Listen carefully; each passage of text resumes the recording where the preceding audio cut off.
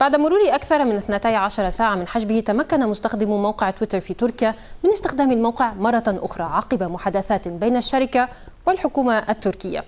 أشار مرصد نت بلوكس لمراقبة الإنترنت في وقت سابق أمس الأربعاء أن الوصول إلى تويتر تم تقييده عبر عدد من مزودي خدمة الإنترنت، ما اضطر السكان إلى استخدام خوادم إنترنت وسيطة المعروفة بالVPN. منذ وقوع الزلزال لجأ الأتراك إلى منصات التواصل الاجتماعي المختلفة لنشر استغاثات وفيديوهات عبر هذه المنصات ومعلومات عن أحبائهم الذين لا يمكنهم الوصول إليهم، واعتمد وضعهم بشكل أساسي على تويتر في تحديد موقعهم ونشر فيديوهات توثق حجم الدمار وإرسال نداءات استغاثة لعلهم يجدون يد العون أو خبرا عن ذويهم المفقودين. لذا فالأمر كان محل انتقاد كثيرين.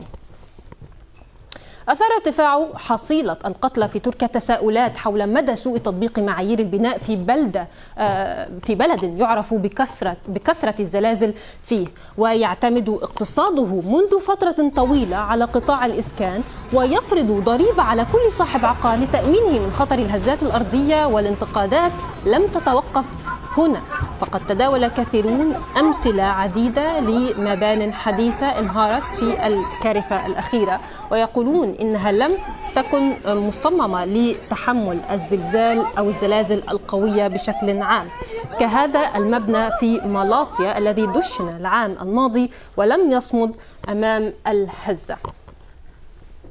وكان إيلون ماسك أوضح في تغريدة له أمس أن الحكومة التركية أبلغت شركته تويتر بإعادة تمكين الوصول إلى المنصة، وهو ما أكده مدير دائرة الاتصال في الرئاسة التركية فخر الدين ألتون، الذي أرجع سبب تعطل تويتر للإشاعات والأخبار الكاذبة حول الزلزال والتي يتم تناقلها بشكل واسع عبر شبكات التواصل الاجتماعي، في حين رجح معارضون أن تكون الحكومة التركية مسؤولة عن انقطاع موقع تويتر في ظل تصاعد الانتقادات المتزايدة للسلطات بالتقصير بعد يومين من وقوع الزلزال المروع الذي ضرب البلاد.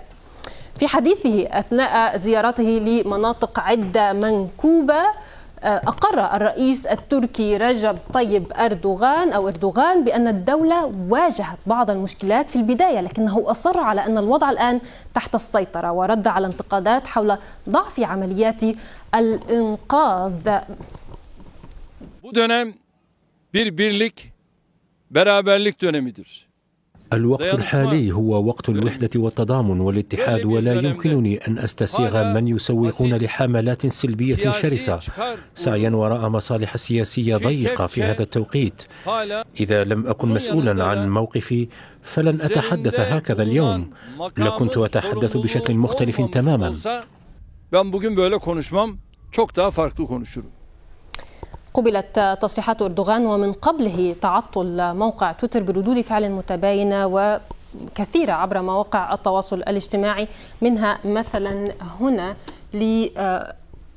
لأحمد حسن. يقول أحمد: سقطت المعارضة التركية في خطأ جسيم أمس عبر التركيز على تصفية الحسابات السياسية بدلا من الاهتمام بإنقاذ الناس، وهذا سيكون مكلفا سياسيا عليهم.